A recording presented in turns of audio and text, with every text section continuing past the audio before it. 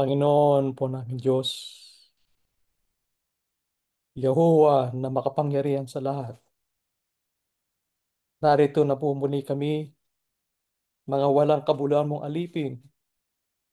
Nagtitipon kami sa iyong banal na harapan, sapagkat sumasamba kami sa iyo ng buong aming pagkatao, aming kaluluwa at puso at aming pag-iisip. Kinikilala namin, Ama namin, ang lahat ng kabutihan mo sa amin. Kung binubulay-bulay lang po namin aming paglalakbay, hayag na hayag sa aming buhay ang pagsama mo sa iyong mga anak. Hindi mo kami iniiwanan, tinutulungan mo kami sa lahat ng pagkakataon. Kaya ganito sa mga ganitong pagkakataon, bunga ng aming pag-ibig sa iyo at pagkakilala sa iyo sa mga ginagawa mo sa amin. Sumasamba kami sa iyong dakilang pangalan sa pamamagitan po ng aming mga pag-awit at sa pamamagitan po ng aming panalangin tulad nito. Purihin ka po namin, Ama namin. Sambahin po namin ang iyong banal na pangalan. Mga ganitong pagsamba, inaanyayahan ka po namin. Samahan mo naman sana kami. Isugo mo sana sa aming kalagitnaan ay yung Santong Espiritu, Ama namin. Huwag sana kaming mabigo sa aming layunin sa pagsamba, sapagkat hinahanap ka po namin. Hinahanap ka po ng aming mga kaluluwa. Marami sa amin na maraming pinagdadaanan. Ikaw lamang po ang totoo makakatulong. Ama namin, huwag mo kaming pababayaan. Alaman naman namin sa aming mga ganitong pagsubok, inihahanda mo kami sa araw ng aming kaligtasan. Tinitignan mo sana sa amin kung sino ang magiging dapat at totoong hindi naman kami dapat, Ama namin, sapagkat marami kaming pagkukulang sa iyo. Marami kaming kapintasan. Kaya sa araw na yun, nakikiusap kami sa iyo. Papaghindapatin mo sana ang bawat isa sa amin upang kami makatanggap ng buhay na walang hanggan, utong ng buhay na walang hanggan, na ipinangangako mo sa mga anak mo na magiging tapat sa iyo. Kaya sa aming mga pagsambang ganito, pagpalain mo sana kami. Bigyan mo kami ng biyayang kailangan namin. Ikaw nakababasa ng laman ng aming puso. Ikaw nakakaalam ng totoong kailangan namin. Alam namin ang pangangailangan namin sa material, pero mas kailangan namin ang paggabay mo, ang pagsama mo sa amin. Lalo sa kaguluhan ng sanlibutan na ikaw lamang po ang makapagtatawid sa iyong mga anak. Kaya Panginoon, bibigyan mo kami parati ng pag-asa. Bibigyan mo kami parati ng kalakasan ng loob. Huwag mo kami pababayaan mag-isa naglalakbay. Tulungan mo sana kami sa araw-araw upang sa ganun makatawid kami sa aming paglalakbay. Payapa kaming makapaglilingkod sa iyo. Basbasa mong aming kabuuan ng aming pagsamba. Turuan mo sana kami na iyong kalooban sa pangunguna po ng aming kapatid upang makita namin at mahig sa amin ang lalim na iyong karunungan at mula dito malalo pa naming mapuri ang banal na pangalan. Basbasa ng ang aming kapagkayanang handog sa iyo, papagindapatin mo sana, Ama, upang maging ganap ang aming pagsamba ngayon sa umaga. Umaasa kami at ganap po ang aming pag-asa at pananampalataya. Tinanggap mo na po ang aming maraming pakiusap sa iyo. Pinatawad mo at nilinis mo kami sa aming mga karumihan at kasalanan. Inihiling po namin lahat, Panginoong Yahuwah, sa tanging karapatan po lamang at pangalan ng aming Panginoon at kapagligtas, Panginoon po namin, Yahuwah sa Kristo po.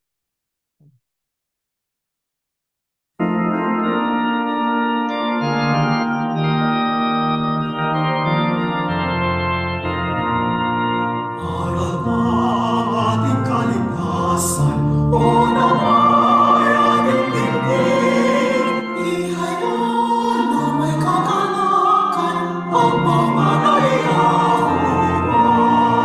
Magsimang ang pagpupuri sa pag-ibig ng Ama. Ihay tungalan niya ang Panginoong Yahushua. At ngayon ating nilatan ang pangalan na dakila, pagkat sa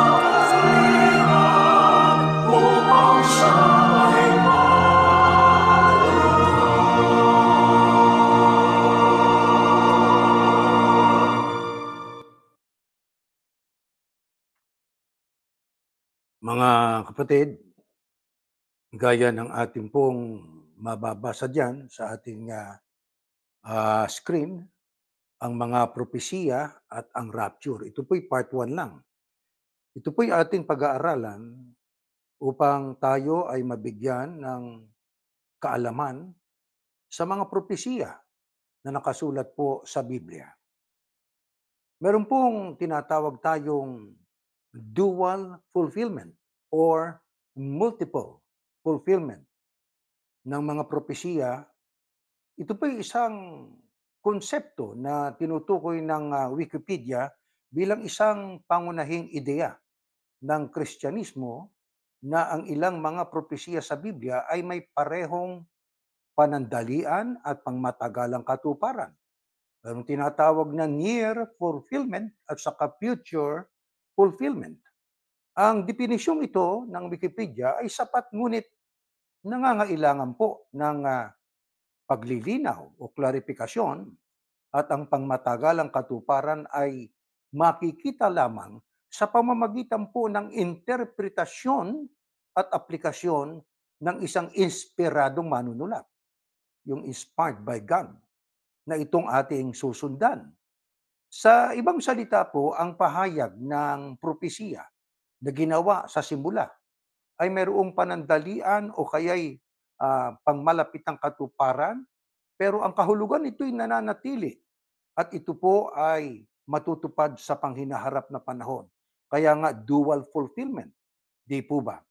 Ang dahilan kaya nagiging doble o nagkakaroon ng multiple fulfillment ang hula ay sapagkat ang isang inspiradong manunulat ay kinukuha niyang pahayag na yon mula sa isang orihinal na konteksto at kanyang iniaangkop o itinutugma ito sa isang bagong sitwasyon sa panghinaharap. Kaya kung tawagin yung panghinaharap, yun ang talagang complete fulfillment of the prophecy o kaya yun ang pangmatagalan at pangmalawakan na katuparan ng hula. Kaya dito ay meron tayong pag-aaralan ng mga talata ng Biblia na ating pong matitiyak na mayroon pong dual or multiple fulfillment. Katulad halimbawa na nakasulat sa Deuteronomio Kapitulo 18, 15, 22 sa mga bersikulo, ang Isaiah 7:14 hanggang 16, yung Hosea 11:15 ay ilan lang sa mga talata po ng Biblia na ating pag-aaralan upang ating pong matiyak na hindi lamang isa, hindi lamang near fulfillment ang nangyari, kundi mayroon pang far or future fulfillment na magaganap sa Biblia batay sa hula. Kaya ating puntahan, pag-aralan po natin. Unahin natin ang nakasulat po sa aklat po ng Deuteronomio. Ganito nakasulat, ating basahin. Ganito po ang ating matutunghayan po rito, mga kapatid. Sa halip, magpapadala sa inyo si Yahuwah na inyong Diyos ng isang propeta mula sa inyo at kadugo ninyo tulad ko. Ang nagsasalita rito ay si Moises. Ang kausap niya ay bayang Israel noon. At kailangang makinig kayo sa kanya, sabi ni Moises. Isang propeta mula sa inyo, kadugo ninyo tulad ko ang lilitaw. Magpapadala ang Diyos. Eto, tuloy natin. At kailangang makinig kayo sa kanya sapagkat ito ang hinihingi ninyo kay Yahuwah na inyong Diyos nang magtipong kayo roon sa Horeb. Sinabi ninyo sa Panginoon, huwag niyong iparinig sa amin ang boses niyo o ipakita ang naglalagablab na apoy dahil baka mamatay kami. Kaya sinabi ni Yahuwah sa akin, sabi ni Moises sa mga taga-Israel, mabuti ang kanilang hinihingi. Magpapadala ako sa kanila ng isang propeta mula sa kanila at kadugo nila tulad mo. Ipasasabi ko sa kanya ang lahat ng gusto kong sabihin sa kanila. Parurusahan ko ang sino mang hindi makikinig sa aking mga salita na sinasabi ng propeta na ito sa pamamagitan ng aking pangalan. At kailangang patayin ang sino mang propetang magsasalita sa aking pangalan nang hindi ko inuutusan o magsasalita sa pangalan ng ibang Diyos. Maaaring isipin ninyo, paano ba namin malalaman kung yun nga ay mensahe ni Yahuwah? Kapag ang sinabi ng propeta na gumamit ng pangalan ni Yahuwah ay hindi mangyari, ay o magkatotoo, ang mensahe niya ay hindi galing kay Yahuwah. Gawa-gawa lang niya yon o gawa-gawa lang yon ng propeta, kaya huwag kayong matakot sa kanya. Itong binasa natin po ay isa sa aklat ng Torah, sinulat po ni Moises, at ito'y tagpo noong ang Israel ay humihingi ng magiging kapalit ni Moises, at sinabi ni Moises sa kanila na magpapadala sa inyo ang Diyos na si Yahuwah ng isang propeta na mula sa inyo mismo at kadugo ninyo tulad ko, sabi ni Moises. At ang sabi niya, kailangan makinig kayo sa kanya. Sapagkat ito ang hinihingi ninyo kay Yahuwah, na inyong Diyos nang magtipong kayo roon sa Horeb. Yung ang nag-request pala ng kahilingan para magkaroon ng kapalit itong si Moises ay itong mga Israelita mismo. Ano po? At ang sabi po rito, sinabi ninyo sa Panginoon, huwag niyong iparinig sa amin. At ang sabi pa nga, parurusahan ko ang sino mang hindi makikinig sa aking mga salita na sinasabi ng propeta na ito sa pamamagitan ng aking pangalan. Pero mayroon siyang babala. At kailangang patayin ang sino mang propetang magsasalita sa aking pangalan, ginamit yung pangalang Yahuwah, nang hindi ko inutusan o magsasalita sa pangalan ng ibang Diyos. Kaya ganun para katindi noon, ano? Pag ginamit ang pangalan ng Diyos na si Yahuwah sa kanilang mga pagsasalita ng kung ano-ano, pero hindi naman pala galing sa Diyos yun, pinapatay yun. Maaaring isipin niyo, paano ba namin malalaman kung yun nga ay mensahe ni Yahuwah? Yun ang tanong ng mga taga-Israelita kay Moises. Sabi ni Moises, kapag ang sinabi ng propeta na gumamit ng pangalan ni Yahuwah, hindi mangyari o magkatotoo, ang mensahe niya hindi galing kay Yahuwah. Gawa-gawa lang yun ng propeta. Kaya huwag kayong matakot sa kanya. Ito po ay hula. Ang tanong, kanino unang natupad? Ang tinatawag nga natin ay near fulfillment of the prophecy. Yun po ang kung tawagin natin ay, sabi nga ay, noong pagkakataong yun, kanino natupad po yun? Sino nga ba ang naging kapalit? Ito pong si Moises, di ba si Josue? Walang pagtatalo po diyan. Maging yung mga Bible scholars at mga iba't ibang mga mangangaral, alam na alam po nila na ang kapalit ni Moises ay si Josue. Mga kapatid, maging kayo, alam natin po yan. Di po ba, mga kapatid? Ngayon, ito ho yan. Ang ating tanong, ano ang trabaho ni Josue? Siya po ang nagpatuloy sapagkat si Moises ipinatanaw lang sa kanya ng Diyos ang lupain na mamanahin ng mga Israelita. Yan nga ang Kanaan. Pinatanaw lang. Namatay siya. Hindi siya nakasama roon sa lupain na yun nga ang promised land noon na yun ang Kanaan. Sino ho ang gumabay? Sino po ang nanguna? Sino ang siyang sa kanila ay nagdala roon sa lupang pangako na yun ang Kanaan? Hindi ba si Josue? Alam niyo ang pangalang Josue, English, Yahushua, sa Hebreo, Aramaic, sa Paleo-Hebrew, yan po'y Yahushua. Ngayon, ang isang fulfillment nito, na yan po ang kung tawagin natin ay future fulfillment ng prophecy na ito ay walang iba kundi ang ating Panginoong Yahushua. Ano katunayan? Sino ang nag-quote? Sino po ang bumanggit ng hulang ito sa bagong tipan? Next slide, pakinggan natin. Ito ho ang ating mababasa. Ipinahayag na ng Diyos noon. Aklat na ng gawa ito, panahon na ng mga apostol, panahon ng unang mga tagasunod ng Kristo. Ang sabi, ipinahayag na noon ng Diyos sa pamamagitan ng mga propeta na si Kristo o ang Kristo ay kinakailangang magdusa. At sa inyong ginawa sa Kanya, natupad ang sinabi ng Diyos. Papansin ba niyo sinabi, ipinahayag na ng Diyos noon sa pamamagitan ng mga propeta ang tungkol sa Kristo. Tuloy natin ang basa. Pagkatapos, ipapadala niya si Yahushua, ang Kristo na itinalaga niya noon para sa inyo. Magkahawig, di ho ba? Ipapadala Josue sa Israel. Dito naman, ipapadala si Yahushua na itinalaga niya noon para sa inyo. Katulad ng sinabi ni Moises. Ito, kinote na. Sino itong nag-quote na ito? Sino ba sumulat niyan? Hindi ba si Apostol Pedro? Yung Kapitulo 3 na yan? O anong sabi yan? Katulad ng sinabi ni Moises, ang Panginoon nating Diyos ay magbibigay sa inyo ng isang propetang katulad ko at kalahi ninyo. Kinakailangang sundin ninyong lahat ng sasabihin niya sa inyo. Ang hindi susunod sa sinabi ng propetang ito ay ihihiwalay sa bayan ng Diyos at lilipulin. Ganyan din ang sinabi ng lahat ng propeta mula kay Samuel. Silang lahat ay nagpahayag tungkol sa mga bagay na mangyayari ngayon. Ang mga ipinangako ng Diyos sa pamamagitan ng kanyang mga propeta ay para talaga sa atin na mga Hudyo. Ano na yan? Malayong agwat na yan. Panahon ni Moises at panahon ng mga apostol. Ang sabi, ang mga ipinangako ng Diyos sa magitan ng kanyang mga propeta ay para talaga sa atin na mga Hudyo. Kaya yan ang future fulfillment ng Deuteronomio Kapitulo 18. Nang katuparan po ay ang ating Panginoong Yahushua. At ano ang sabi? At kasama tayo sa kasunduan na ginawa ng Diyos sa ating mga ninuno. Dahil sinabi niya kay Abraham, pagpapalain ko ang lahat ng tao sa mundo sa pamamagitan ng iyong lahi. Kaya dyan ang ating mapapansin.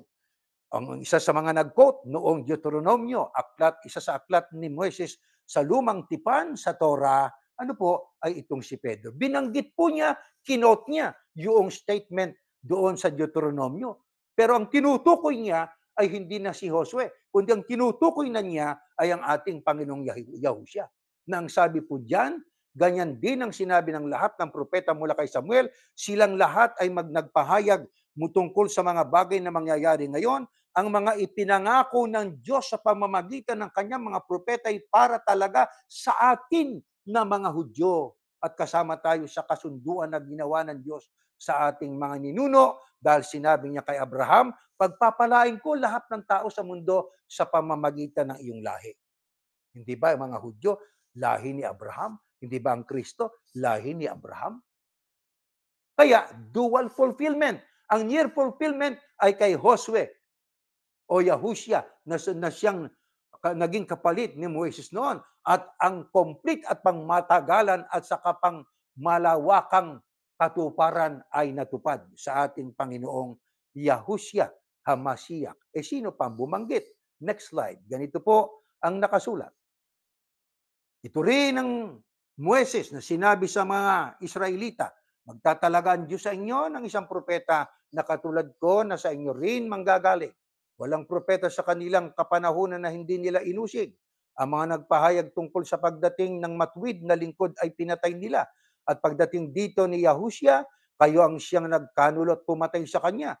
Tumanggap kayo ng kautusan na ibinigay ng Diyos sa pamamagitan ng mga anghel, ngunit hindi ninyo sinunod.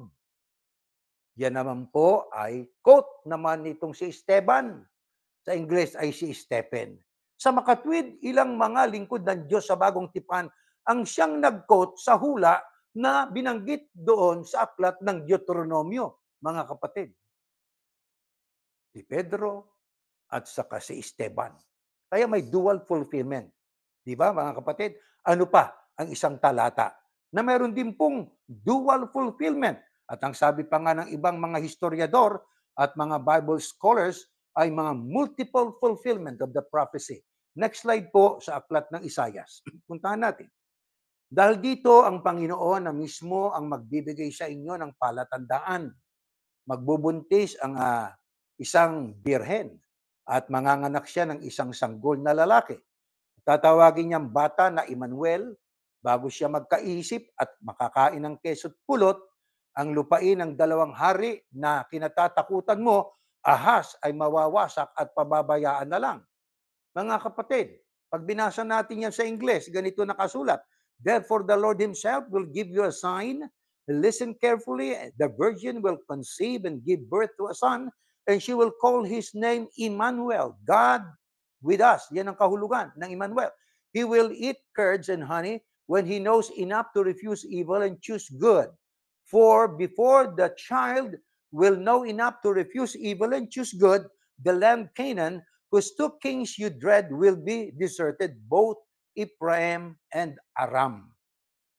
Ang talatang ito, mga kapatid, ay ating pong pag-aralang mabuti. Ang propesiyang ito sa Kapitulo 7 ay nakasentro kay Haring Ahas na isa sa naging hari ng bayang Israel. Itong si Ahas po na hari ay natakot diyan po sa dalawang binabanggit, Ephraim na yan ay kumakatawan sa Israel at saka yan po ang Aram naman ay kumakatawan naman yan sa Assyria, mga kapatid, o Syria o Assyria. Diyan po sa talatang yan ay meron ding dalawang fulfillment. Ang isa sa fulfillment ay yung near fulfillment at saka yun namang isa ay future na fulfillment. Yan po sa talatang yan ay ating pong liwanagan pagka ating babasahin ang kapitulo 7 ng Isaias. Mula 1 hanggang 9 ay nagkaroon ng alyansa.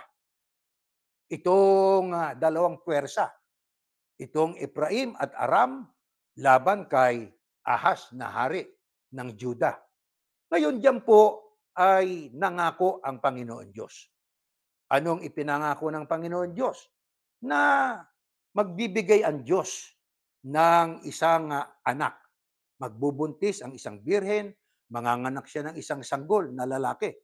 Alam niyo mga kapatid, kung atin pong pag-aaralang mabuti, ang tungkol po diyan sa talatang yan, ay atin pong malalaman na hindi naman po ang salitang birhen o virgin ayon po sa mga Bible scholars, ay ayon sa Hebrew, ang salitang birhen, diyan po sa 7:14 ng Isaiah, alma, kung tawagin po nila yan sa Hebreo, ay maaring tumukoy sa isang batang babae. Hindi nangangailangang siya po ay birhen. Ngayon, ayon po naman sa Septuagint, a Greek translation of the Old Testament used by many Jews during the time of Christ translates alma as virgin.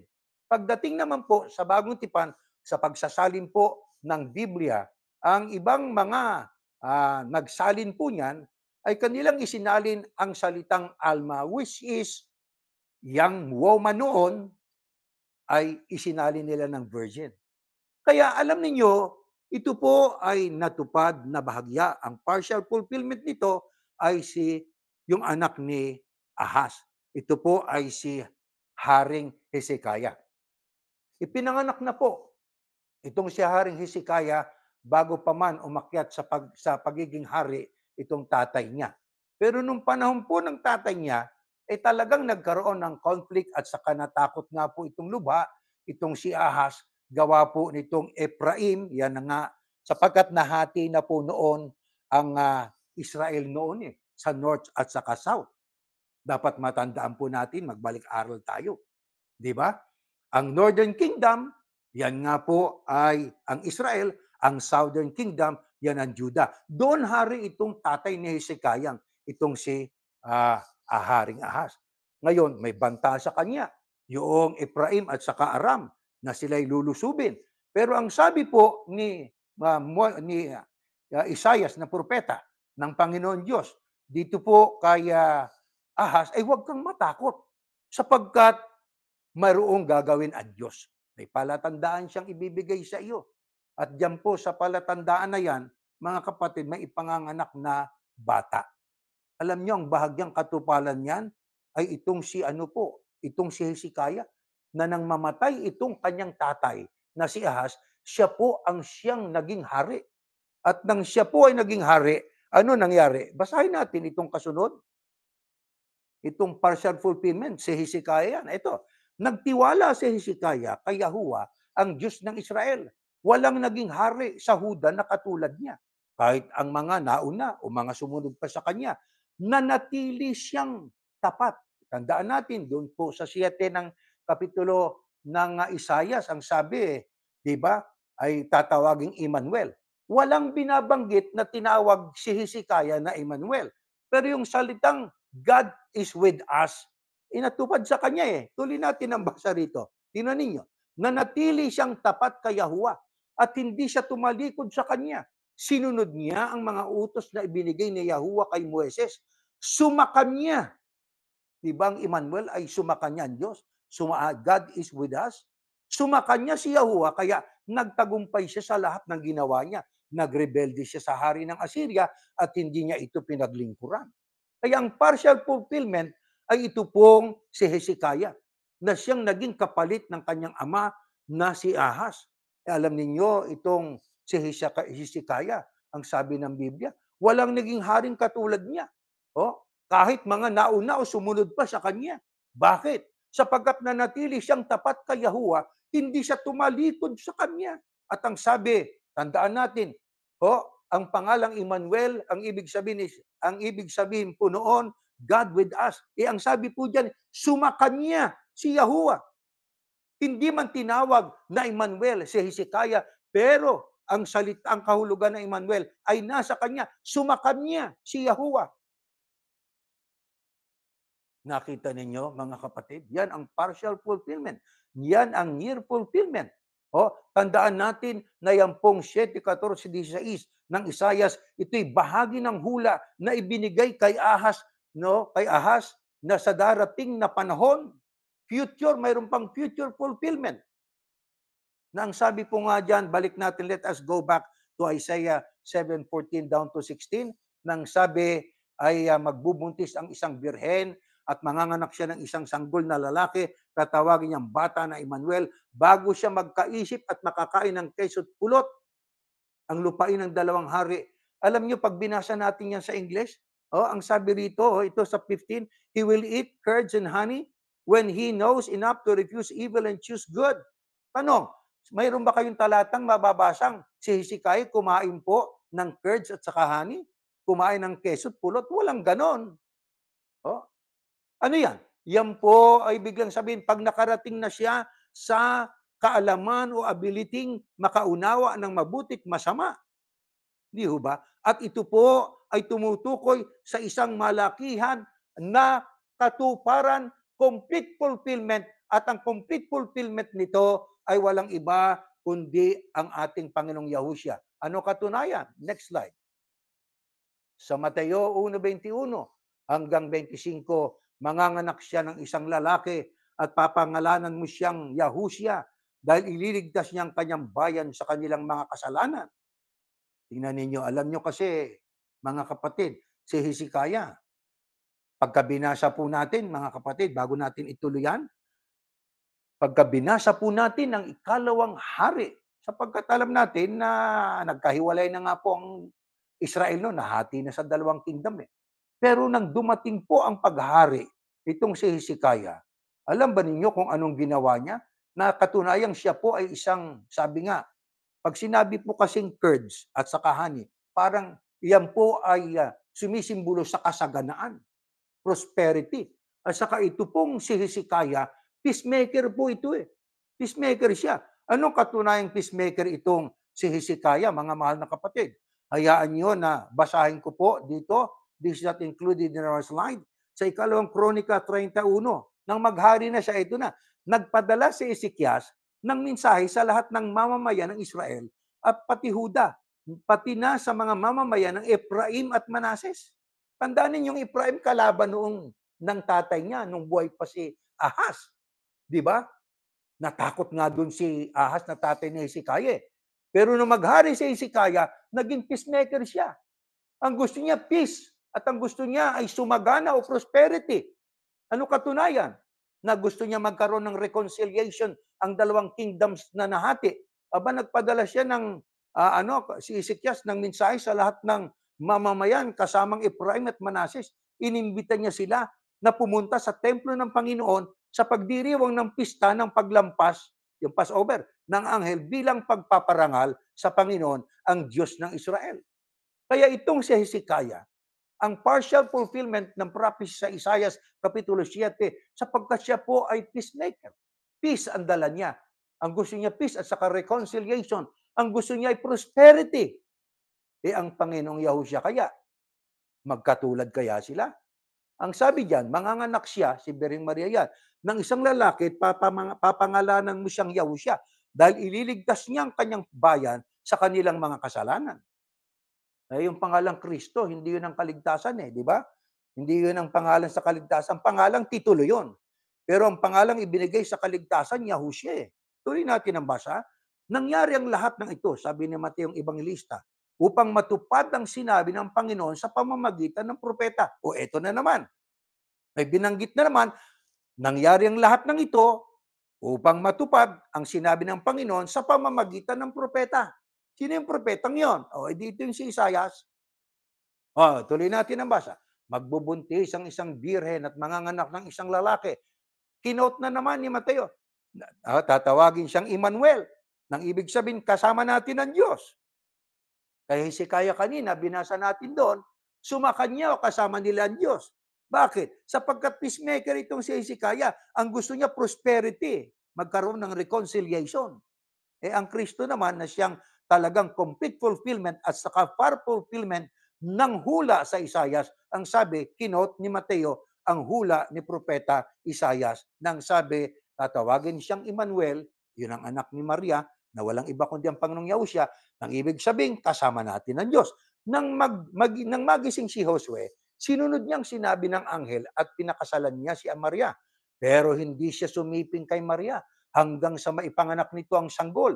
Nang manganak na si Maria, pinangalanan ni Jose ang sanggol ng Yahushua. Pag binasa natin dito sa Ingles, ang sabi po rito, eto, dyan man sa, this is not included in our slide, ang sabi, Matthew 1, chapter 1, verses 21 to 25, she will bear a son, and you shall call his name Jesus, or Yahushua, for he will save his people from their sins. All this took place to fulfill what the Lord had spoken by the prophet. Behold, the virgin shall conceive and bear a son, and they shall call his name Emmanuel, which means God with us. When Joseph woke from sleep, he did as the angel of the Lord commanded him. He took his wife, but knew her not until she had given birth to a son, and he called his name Yahushua. Kaya yan, kinot naman ni Mateo, si Mateo, inspired writer ng Biblia, isa siya na mga kinasihan ng Diyos para sumulat ng Biblia. Kinot na naman yung pahayag doon sa Mateo. At pagka sa Isaias, ibig kong sabihin, na hula ni Propeta Isaias tungkol sa anak. At kung ang year na fulfillment ay si Hezekiah, ang future fulfillment at ang malawakang fulfillment ay ang Kristo.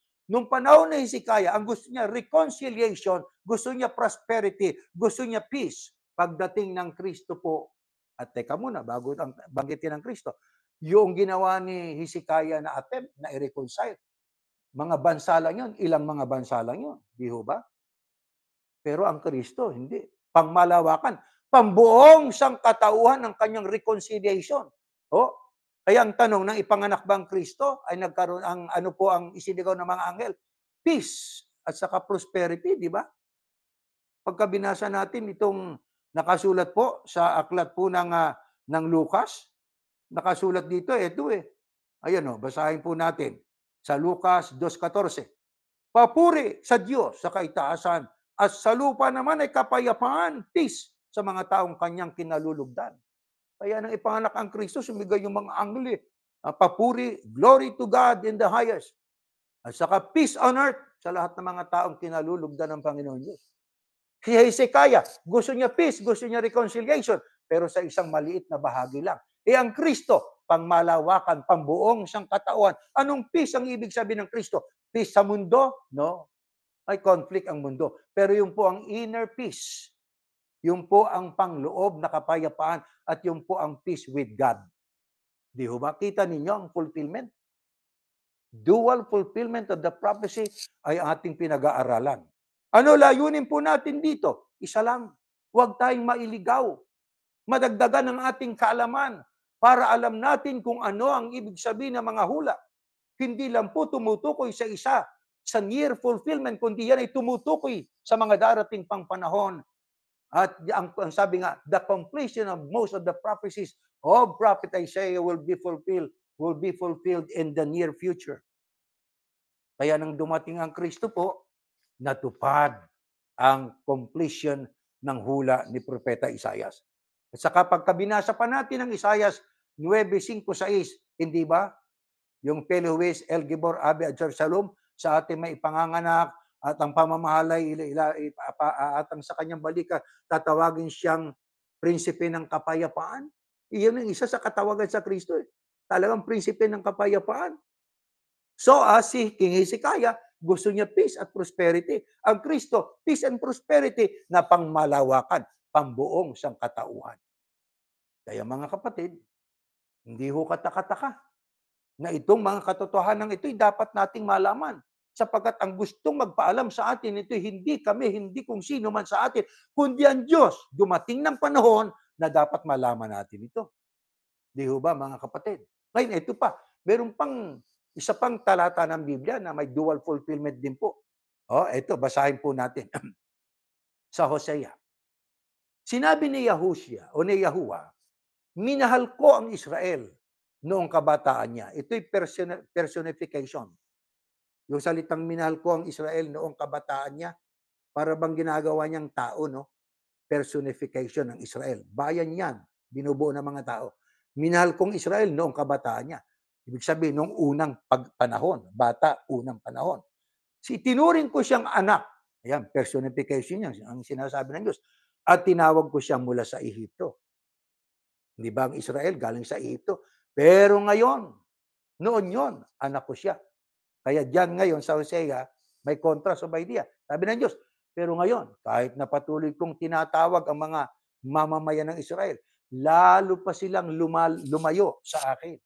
Naghahandog sila at nagsusunog ng mga insenso sa Diyos-Diyosang si Baal. Nakita niyo po ang pagdaramdam ng Diyos yan.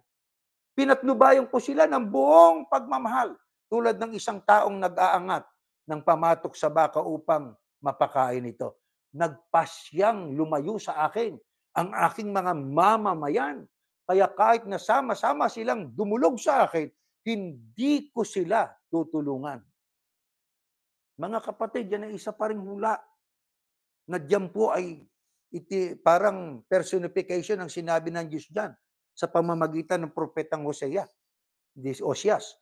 Sinabi ng Diyos, minahal kong Israel noon, kabataan niya, noong unang pagkakataon nang sila'y maging bahay ng Diyos. Itinuring ko siyang anak at tinawag ko siya mula sa Ehipto. Hindi ba totoo? Galing sa Ehipto? Sila po'y tinawag ng Diyos. Naging bahay ng Diyos. Pero ngayon, ano yung ngayon? Bay, nung magtagal na. Ano nangyari? Lalo pa silang lumayo sa akin. Aba, nagtaksil ang Israel sa Diyos.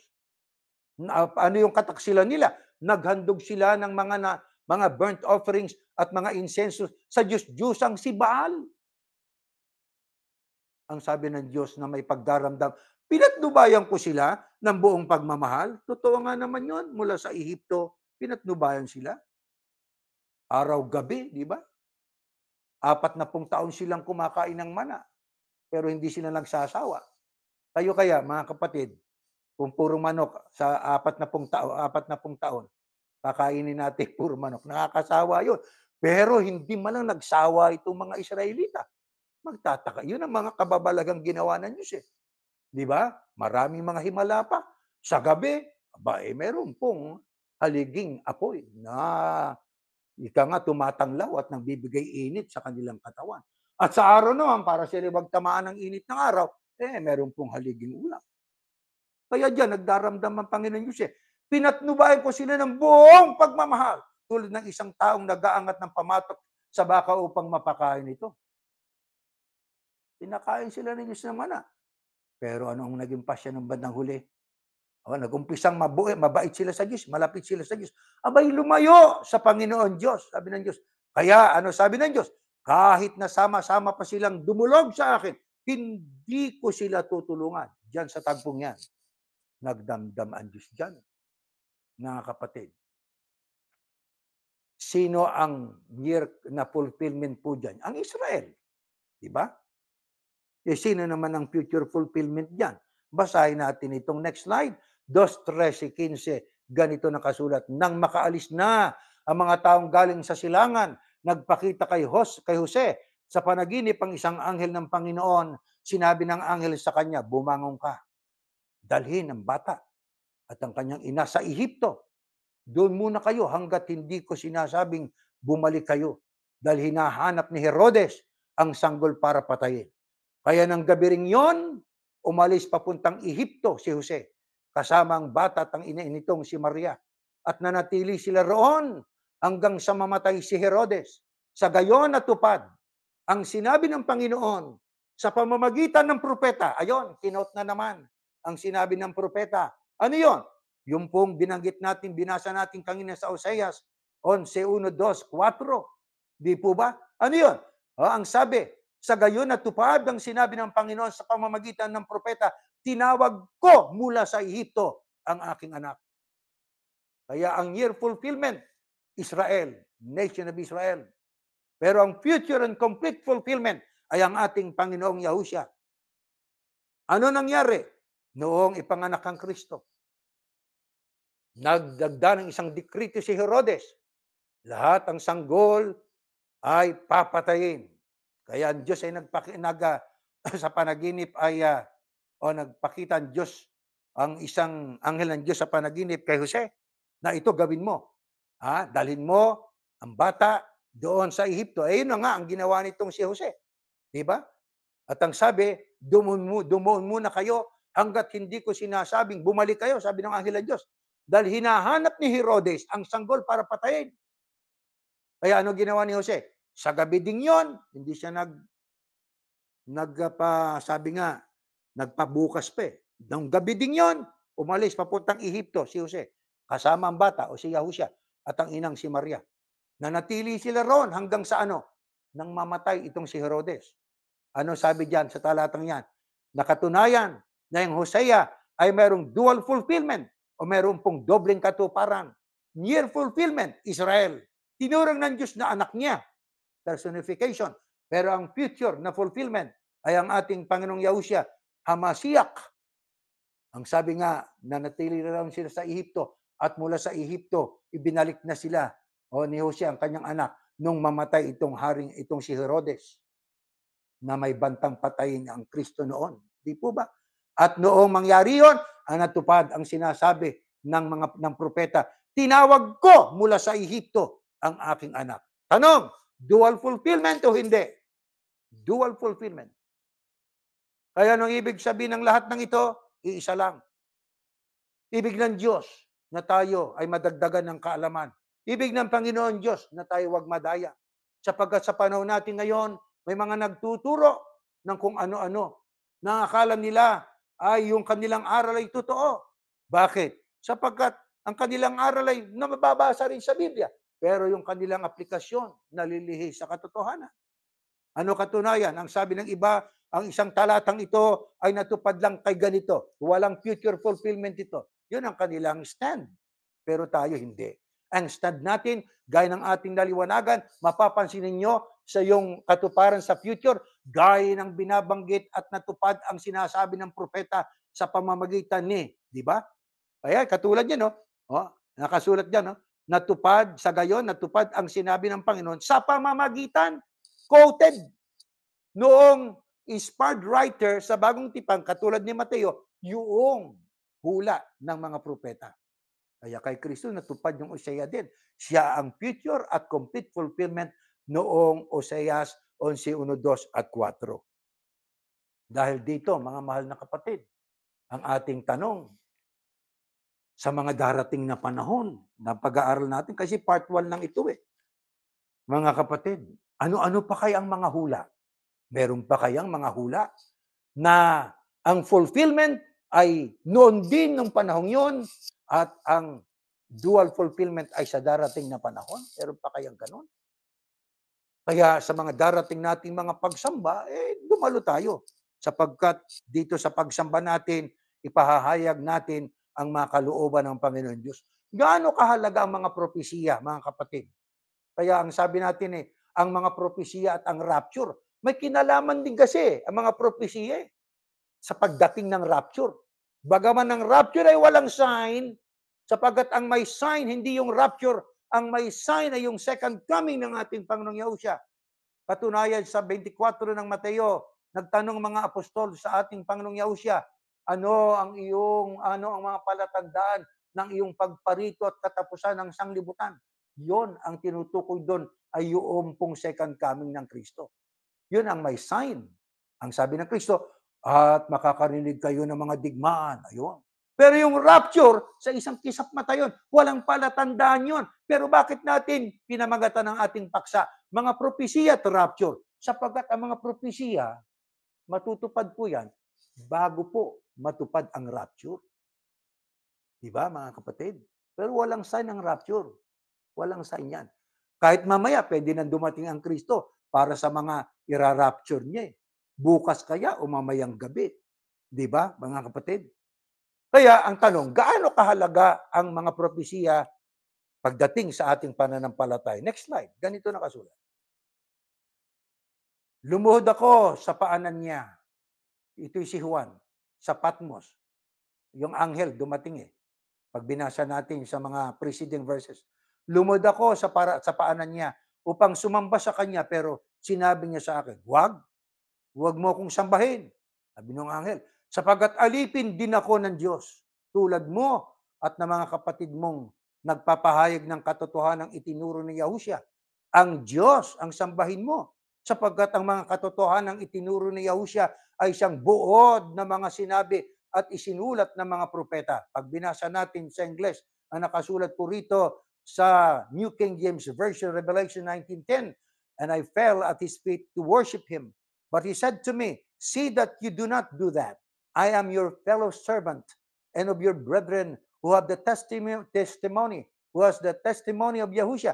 Worship God, for the testimony of Yahushua is the spirit of prophecy. Sabi pa dyan, to the law and to the testimony. If they do not speak according to this word, it is because there is no light in them. Gaano kahalaga ang propesiya? Ang propesiya po, mga kapatid, ang nagpapatotoo na tayo po ay nasa katotohanan. Pag walang propesiya, walang katotohanan. Hindi po ba, mga kapatid? At ang sabi nga dyan sa 8:20 ng Isaias, to the law, yan ang kautusan, and to the testimony of our Lord Yahushua is the prophecy. Kung walang prophecy po, walang light. Pag walang prophecy at kautusang dapat sundin na yun ang tamang kautusan ng Diyos, nasa dilim tayo. Hindi po ba? Kaya kapag ang ating tinanggap na aral ay walang liwanag, hindi nila kayang ipaliwanag, sabihin man nila na sila'y totoo. Hindi kayo totoo. Bakit? Nasa dilim kayo eh. Ano katunayan? Hanggang ngayon, hindi pa nyo alam ang pangalang Yahuwah. Hindi ng tunay na pangalan ng Diyos. Hanggang ngayon ay Kristo kayo ng Kristo. Hindi naman yun ang pangalan sa ikaliligtas. Yun ay titulo. Ang ibig sabihin ng titulong Kristo ay anointed one, pinahiran o Mesias. Di po ba? Anong pangalang ibinigay ng Diyos para sa kaligtasan ng tao? Gaya ng ating nabasa sa aklat ng Mateo Kapitulo 1, tatawagin mo siyang pangalan niya, Yahushua, Emmanuel, sumasa atin ng Diyos, sapagkat ililigtas niya ang kanyang bayan sa kanilang mga kasalanan. Kita ninyo? Kaya tayo bilang mga iglesia ni Yahushua, ang ating stand, kailangan po may batayan. Anong saligan? Ang pananampalataya natin nakasalig sa mga hula, nakasalig sa kautusan. Kaya dito, hindi pwedeng opo ng opo.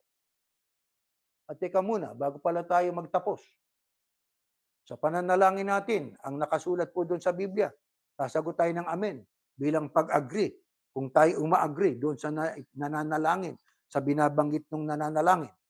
Yung siya nga po, opo, alisin na po natin yon. Kanila lang po yon, na-invento nila nung kasama pa natin sila. Sino yung nila? Eh yung sumambog doon sa leader nila. Di ba? Kay chairman. Siya nga po, opo. No, nasa Biblia, walang ganon. Walang siya nga po, opo. Ang nasa Biblia, amen. Para kung tayo uma-agree sa ipinananalangin ng nananalangin, huwag kang umamen kung hindi ka uma-agree. Eh, halimbawa sinabi, Ama, hirap na po kami. Patayin mo na po kami, mamatay na sana kami. Ngayon, kung sang-ayon ka, mag-amin ka. Amen! Pero pag hindi ka sumasang-ayon, huwag ka nang umamin. Di ba? Yung siya nga po, opo, alisin na po natin yon, mga kapatid, nasa Biblia. Amen lang, nakasulat, kung sang-ayon ka. Kung hindi ka sumasang-ayon, di huwag ka mag-amin. Ako ba naman, nakarinig ako, panalangin. Ama, hirap na kami, patay mo na kami. Abay, sasabihin ko, wag muna. Kung ako, saka ng akin, wag muna. Hindi ako aamin doon. Di ba, mga kapatid? Marami pang mga aral na nagpapatotoo na wala silang law, wala silang kautusan na sinusunod na ayon sa kalooban ng Diyos. Ang kanilang sinusunod yung rules, yung mga tuntunin na inilagda ng kanilang leader. Puro tuntunin dito, tuntunin doon, tuntunin dito, hanggang sa ang aral ay na-override na, nasapawa na ng puro tuntunin na sila mismo hindi tumutupad. Nakita ninyo mga kapatid? Kautusan! Ang problema ng iba, pati kautusan ni Moises, pati yung Sabat ay kanilang ipinangilin. Pati yung kapistahan, kanilang ipinangilin. Mayroon ng bagong propeta, bago ng kautusan. Ang dating obsolete na. Messianic na tayo. Hindi tayo Mosaic law. Messianic na. Kung narito ang Kristo, yung mga nangingili na yan, lalapitan niya siguro yan. Sabi niyo, tapos na yan panahon ko na, ba't hanggang ngayon permi pa kayo kay Mosaic law? Ako na, Messiah's law na ngayon. Ako na ang nangunguna rito.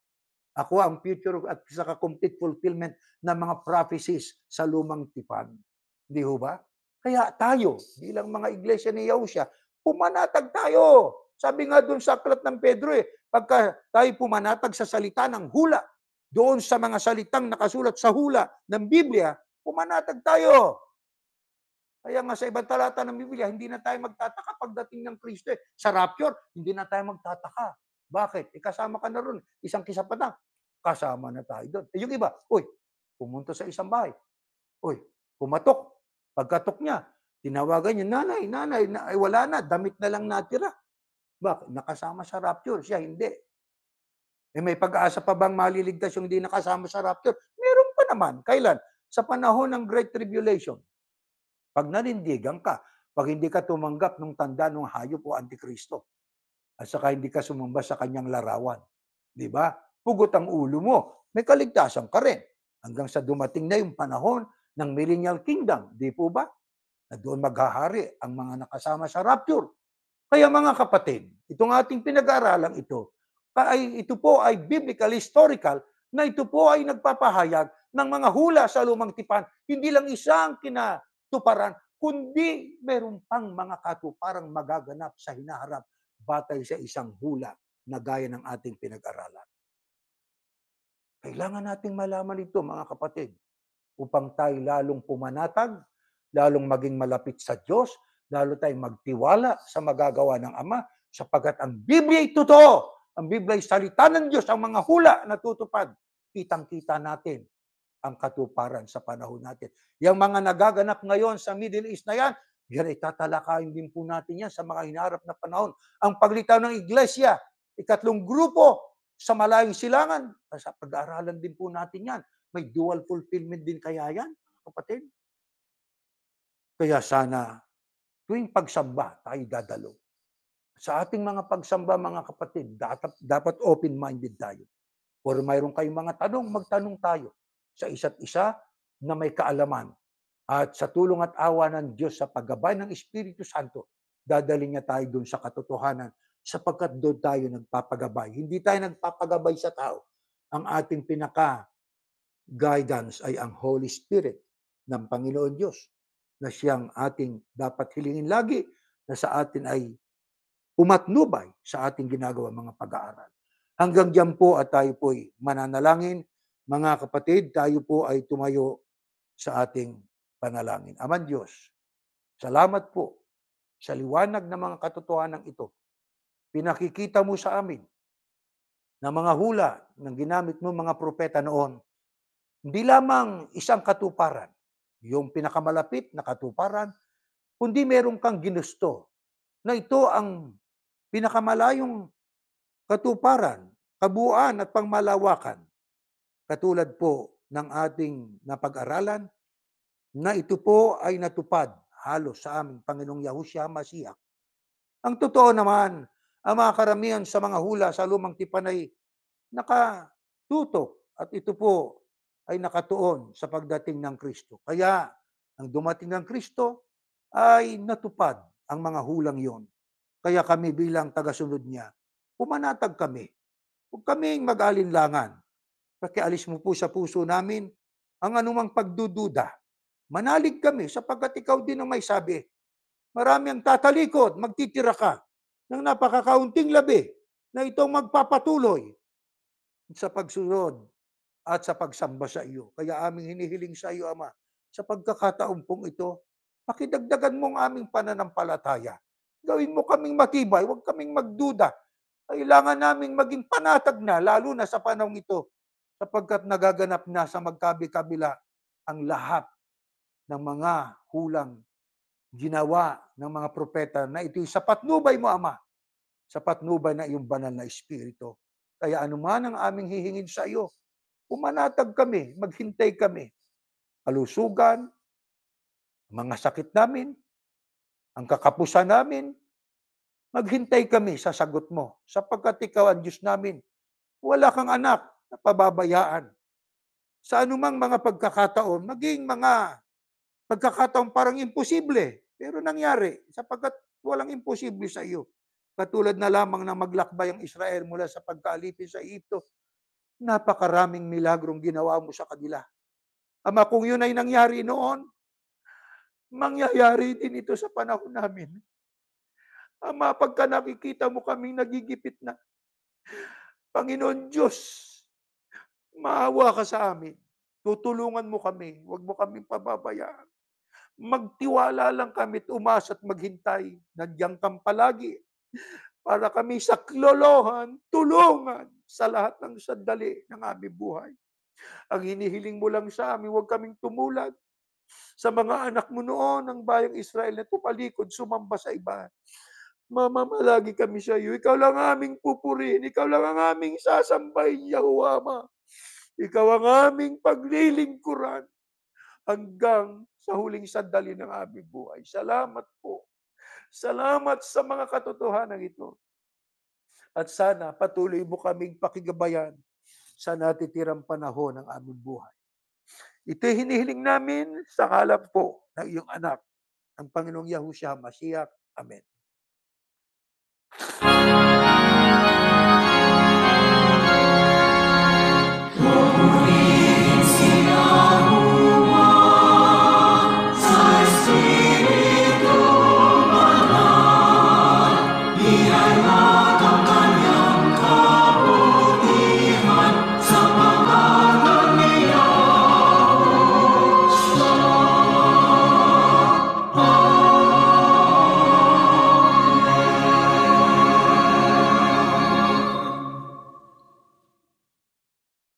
Biyayang pagliligtas ng ating Panginoong Yahushua, ang pag-ibig ng Diyos na si Yahuwah, at ang patuloy na paikilakip ng Espiritu Santo, siya nawang sumating lahat ngayon at magpakailanman. Amen. Mga kapatid, Growing Up Yahushua po ay ating mapapanood yan sa YouTube at Facebook.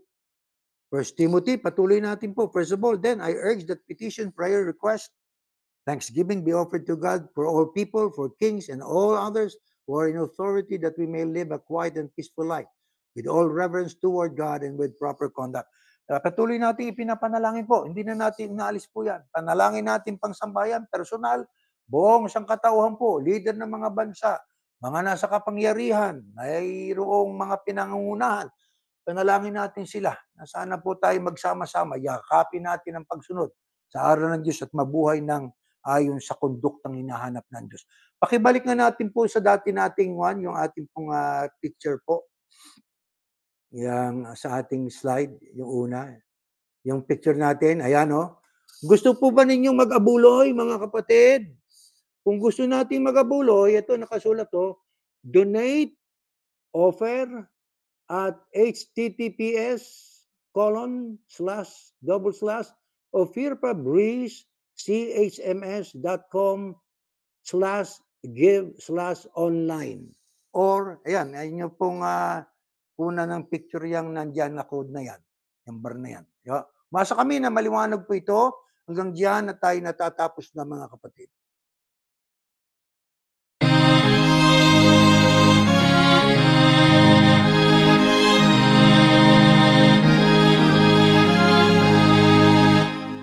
Sa puso natin ang aral ng Diyos Yahuwah at maging matatag.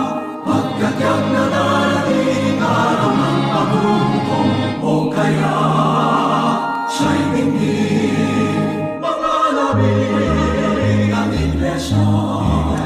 Ipagtanggol